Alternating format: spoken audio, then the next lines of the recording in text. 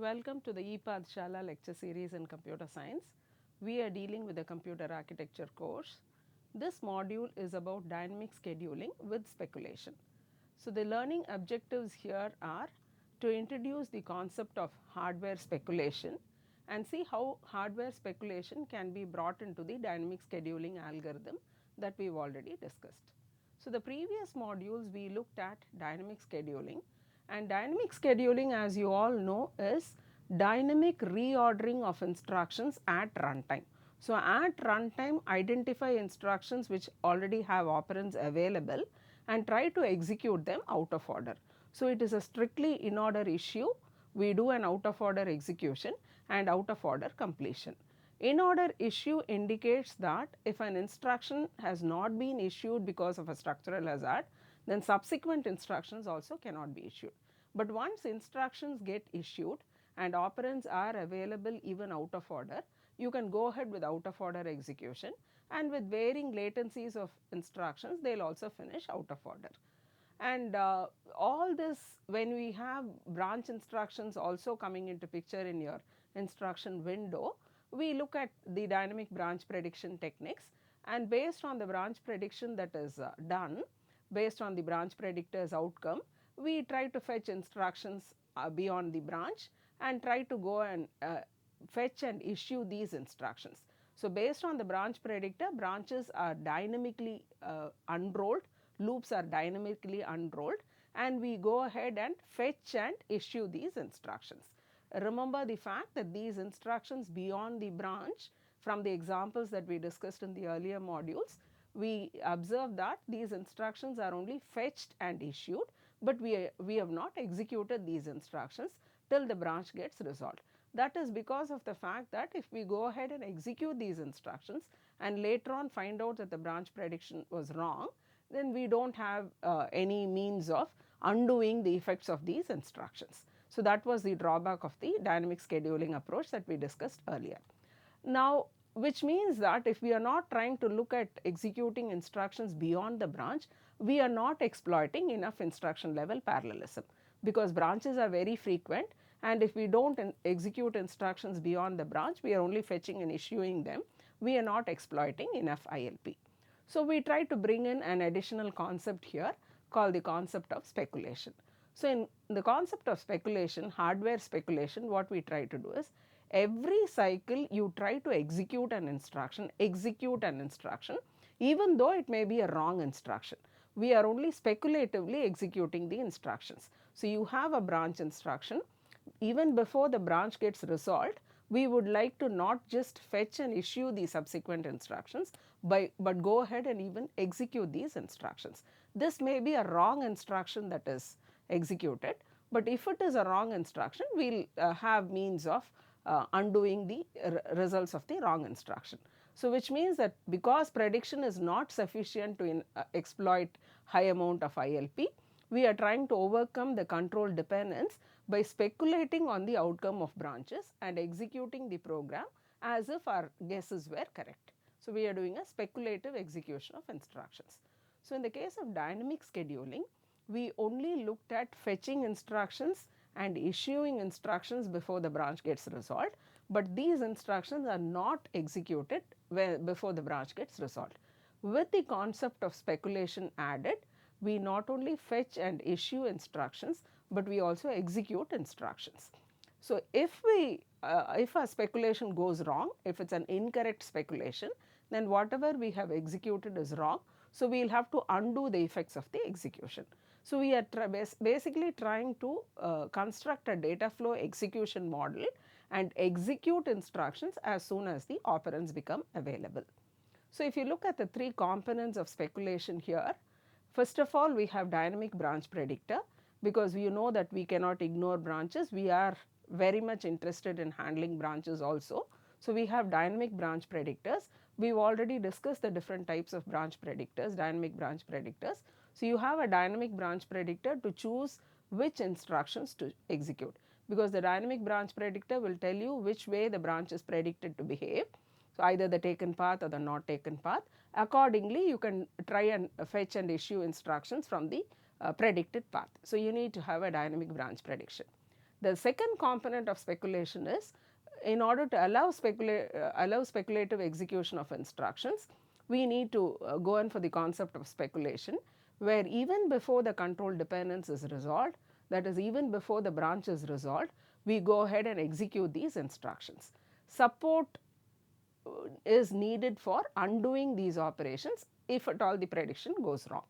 And the third component of speculation, of course, is dynamic scheduling, where at runtime at the hardware level, we try to do dynamic reordering of instructions depending upon the availability of operands. Once an operand becomes available for an instruction, it can immediately be executed. You do not have to wait for the earlier instructions to execute. So, these are the three main components of speculation. And there are many processors which make use of dynamic scheduling with speculation. Some examples have been given here. The latest processors like Intel i3, i5, i7 are also processors which use dynamic scheduling with speculation. So, now what is meant by hardware based speculation? So, the idea is execute instructions along the predicted execution paths, but only commit the results depending on the outcome of the prediction. So, we keep executing the instruction speculatively, but do not commit the results. What do you mean by commit here is writing into the register file or writing into a memory location. So, as before, you just do not stop with just fetch and issuing the instruction, but go ahead and even execute the instructions. But writing into the register file, which is a permanent update, or writing into memory in the case of a store instruction cannot happen unless you know that the prediction was correct. And instruction commit is wherein you allow the instruction to update the register file or memory when you know that the instruction is no longer speculative. What do you mean by the instruction being no longer speculative is the branch has already been resolved. So, you know that whatever instructions you have executed are either right or wrong. So, once you know that the instructions that you have executed are right based on the outcome of the branch, they are no longer speculative instructions. They are instructions which definitely have to be executed. Now, you write into the register file or write into memory in the case of a store instruction. That is what is meant by commit. So, we basically, because we need to store the operands in some place till the commit happens, and only during the commit stage you are transferring it to the register file or memory, we obviously need an additional piece of hardware which will prevent any irrevocable action until an instruction commits. That is basically committing is writing into the register or register file or into memory. So, that hardware component which we are introducing here is the reorder buffer. So, we introduce a new component here which is called the ROB or the reorder buffer. So, the reorder buffer holds the result of the instructions between completion, that is execution, and the commitment stage.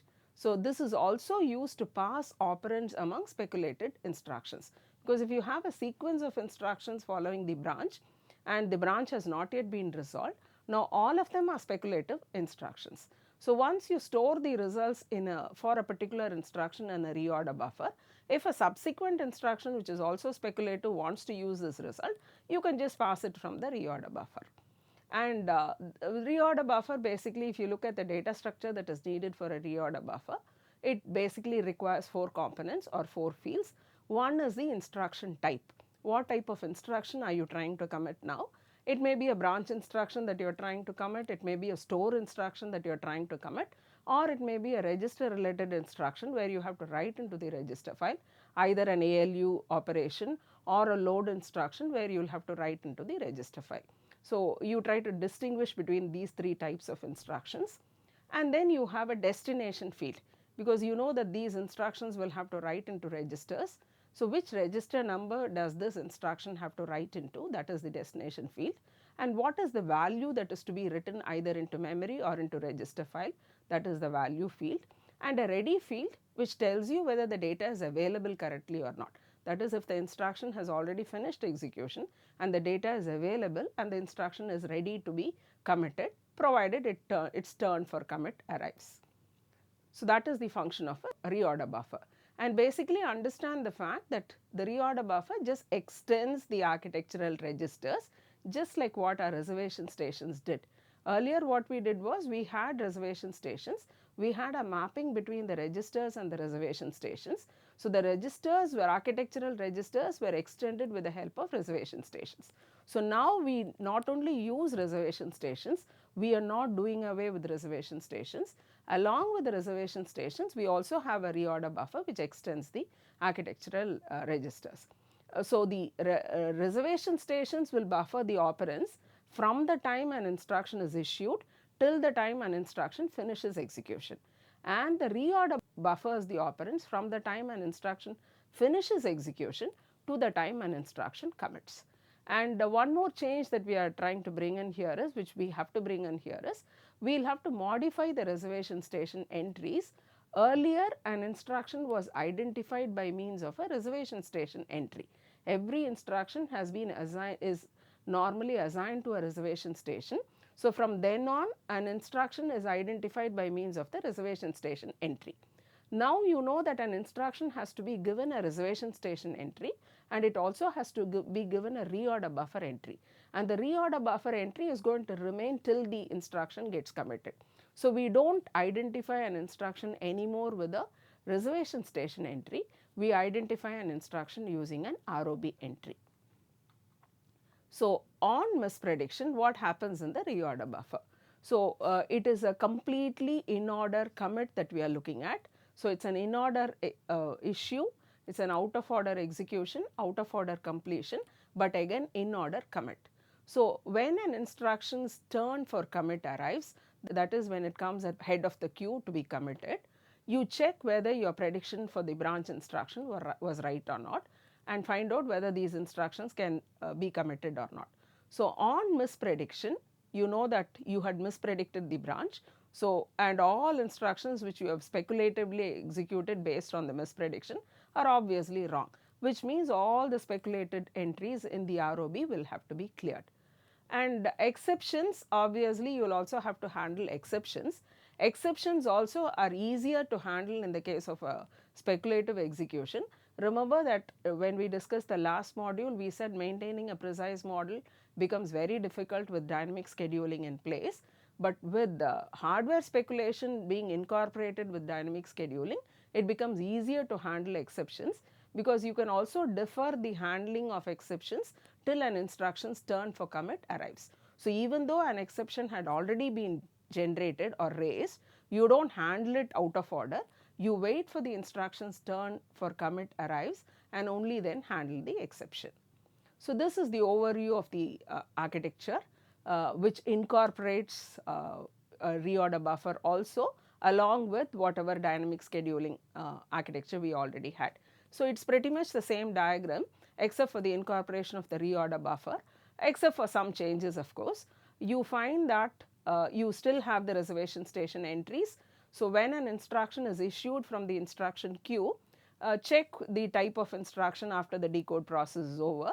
Accordingly, it is allocated a reservation station entry, and at the same time it is also allocated an entry in the reorder buffer, and that entry is strictly in order.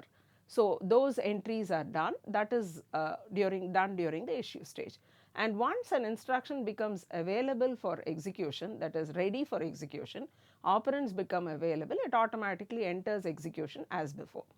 But once execution finishes and the result is broadcast on the CDB, it now broadcasts the result along with the ROB entry associated with that. And the result of the CDB does not go into the register file as before, because we are only speculatively executing these instructions. You can't straight away write into the register file, it has to be written only into your reorder buffer. So, as you can see, the output of the CDB goes to all the reservation stations which are waiting for it, and it also goes to the ROB. It cannot, you cannot write it into the register file. From the ROB, when an instruction's turn for commit arrives, data will be transferred from the ROB to the register file or into memory for a store instruction. So, as far as the operands are concerned, operands can either be taken from the register file if an instruction has already committed and written into the register file, that is one case. The second case is operands can come from the CDB if you have a data dependency with an earlier instruction, and when an instruction finishes it broadcasts the results on the CDB. So, you can get data from the CDB, that is another possibility. The third possibility is passing of data from one speculated instruction to another speculated instruction. An instruction has finished execution, but it has not yet committed. So, the data is available only in the ROB, and you have a subsequent speculated instruction waiting for that data. So, you can just take it from the ROB. So, if you look at the operand fields, you have the operands coming from all these three sources. That is another change. And as far as the store buffers are concerned, one other change is I do not have to have separate store buffers here, because anyway the store operation happens only during the commit stage, because it is a permanent write into your memory. So, the reorder buffer entry itself will act as a store buffer, where you will store the address where the data has to be stored, and once data becomes available, the data is also buffered into the reorder buffer entry, and only when its turn for commit arrives, it will be written into memory. So, that is your the overall architecture of a dynamic scheduler with support for speculation. So, if you look at the 4 steps of speculative execution of dynamic scheduling, the first step is an issue stage, where you get an instruction from the instruction queue, decode it and check for structural hazards. Earlier we only looked for the availability of a reservation station, and that was only a structural hazard. Now we do not just check for the availability of a reservation station, we also check for the availability of a reorder buffer. So, if there is no reorder buffer entry available, indicating that there are many instructions waiting in the reorder buffer, but they still have not been committed, then you cannot issue an instruction. So, the non-availability of either a reservation station entry or a reorder buffer entry will stall an instruction. And if an instruction is issued in the stalled in the issue stage, then subsequent instructions cannot be issued, because we are strictly looking at an in order issue. And another change is reservation stations. In the reservation station, as before, if the operands are available, you get the operands and store them in the VK fields. If operands are not available, the QJ, QK fields will indicate which ROB entry is to produce the result for me. So, you identify an instruction not by means of the reservation station entry, but by means of the ROB entry.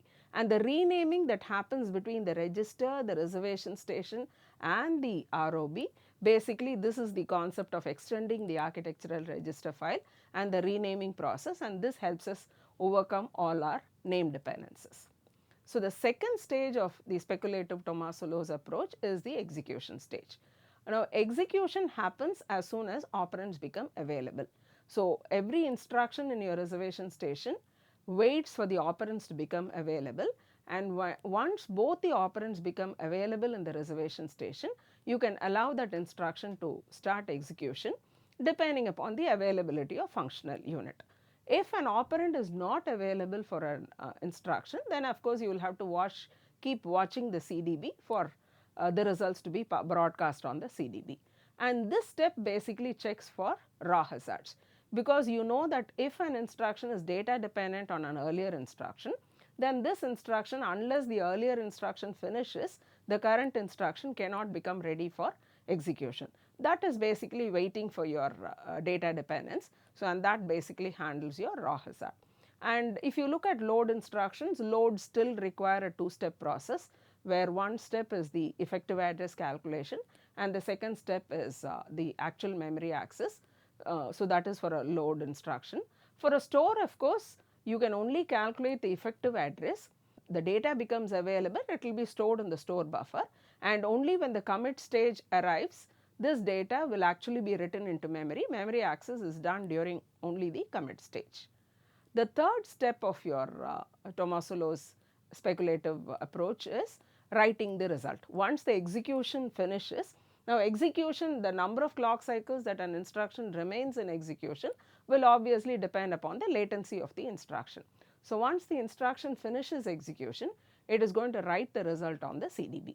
So, the CDB is, as I told you, as we have discussed earlier, it is a come from bus which tells you what is the source that gives this data.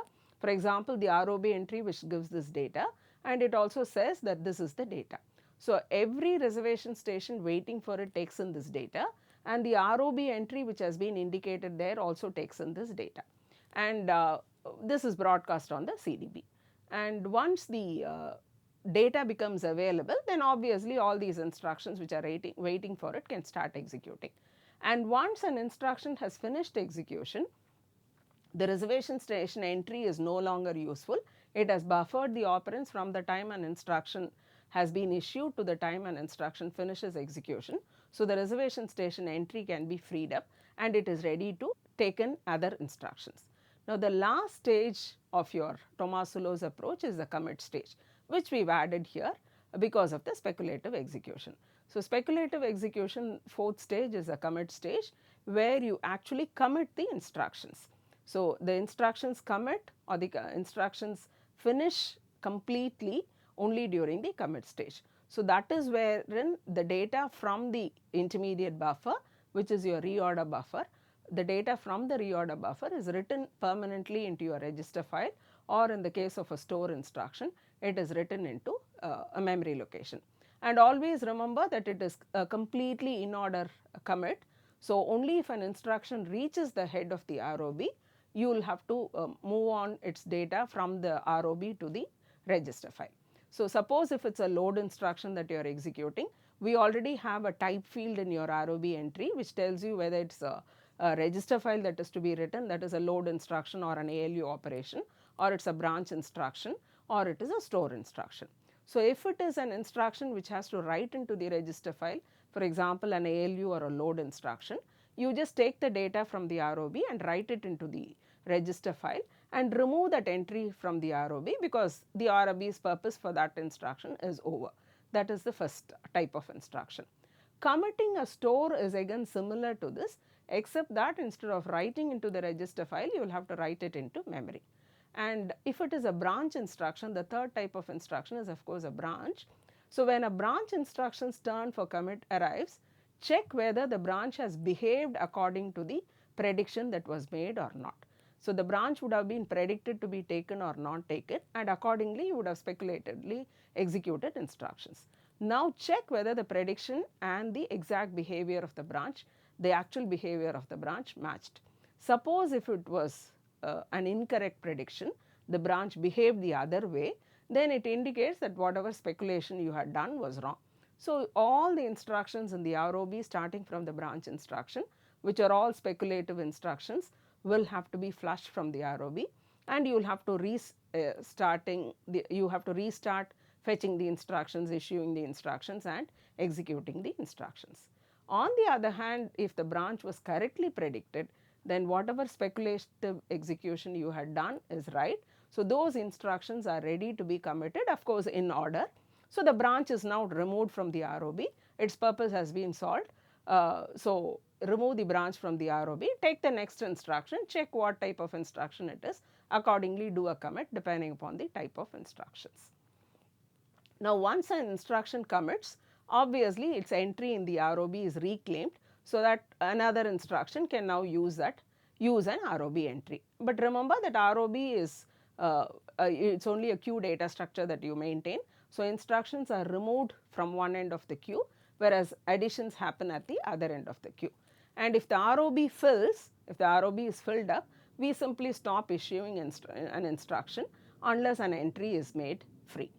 So, this is just to show you what happens when you fill up instructions in the ROB. Suppose if you have the first instruction, a load instruction, load has been given an ROB entry of 1, and it has also been allocated a reservation station entry. It has been given an ROB entry of 1, that is the destination field indicating a 1.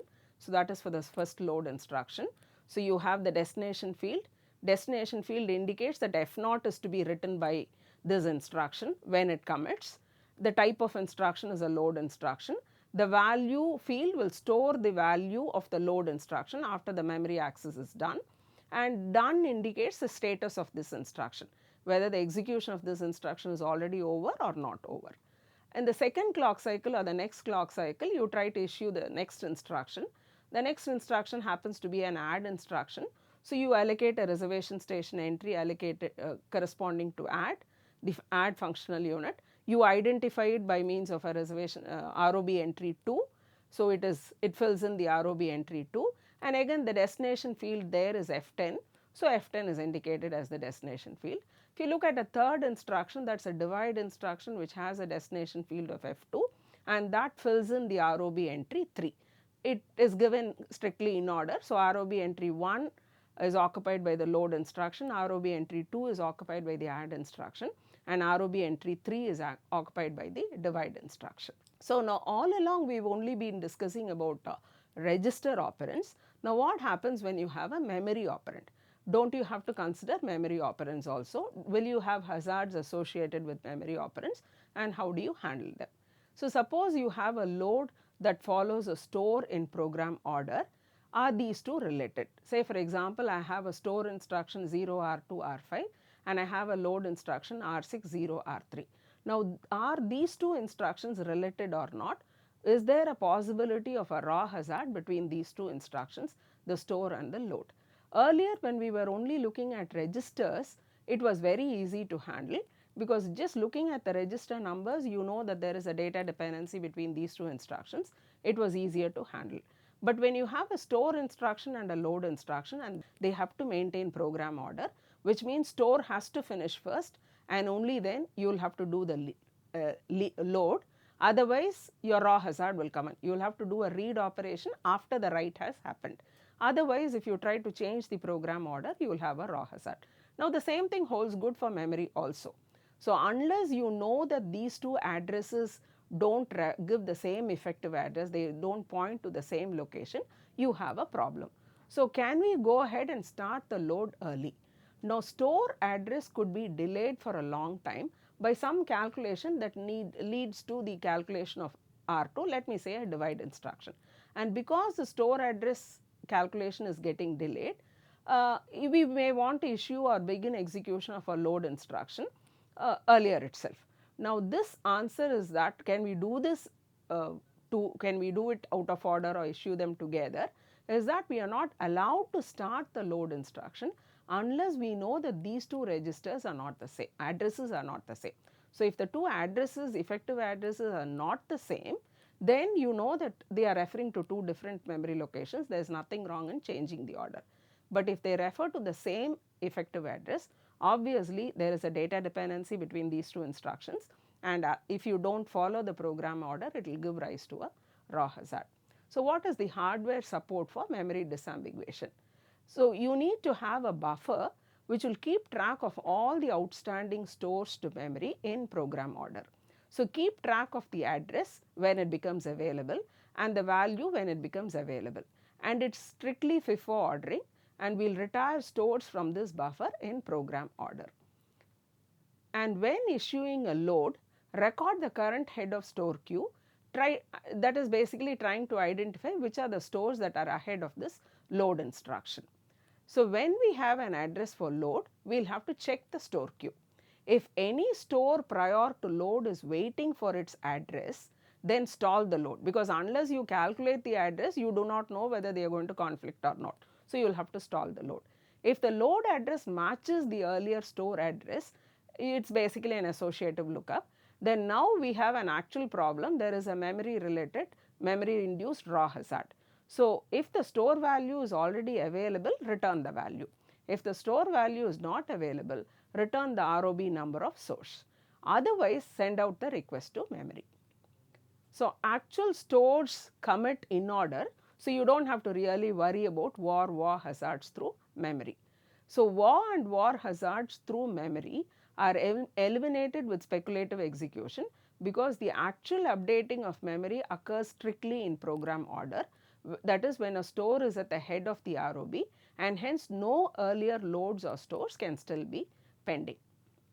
So raw hazards through memory are avoided by two restrictions: not allowing a load to initiate the second step of its execution if any active ROB entry occupied by a store has a destination field that matches with the value of the address field of the load, and maintaining the program order for the computation of an effective address of a load with respect to all the earlier issued stores. These restrictions ensure that any load that accesses a memory location written to by an earlier store cannot perform the memory access until the store has written the data. Now, so having resolved the memory ambiguities, what about precise interrupts? So, I already mentioned that precise interrupt model can be easily maintained with the speculative execution. We know that earlier Tomasulo had an in order issue, out of order execution and out of order completion. And this out of order completion and out of order execution led to an imprecise interrupt model, because we will not be sure of which instruction raised an interrupt out of order or not. So, we need to fix the out of order completion aspect so that we can find out the precise breakpoint in the instruction stream. Now, looking at the relationship between the precise interrupts and speculation, you know speculation is a form of guessing, and it is important for branch prediction to take out the best shot at predicting the branch direction. So, if we have speculation done and if we are wrong, we need to back up and restart the execution to a point at which we predicted incorrectly. This is precisely what we are going to do for a precise exception also. Once an exception is raised, we know that we should be able to restart exactly from that point, recreate the state of the pipeline at exactly where we left off. So, this is precisely what we are going to do in the case of our speculative execution also. So, the technique for both your precise interrupts as well as precise interrupts exceptions and speculation is the same, because we are basically doing an in order commit. So, even though an interrupt has already been raised, an exception has already been raised, the reorder buffer maintains them in order, and commits basically happen only in order.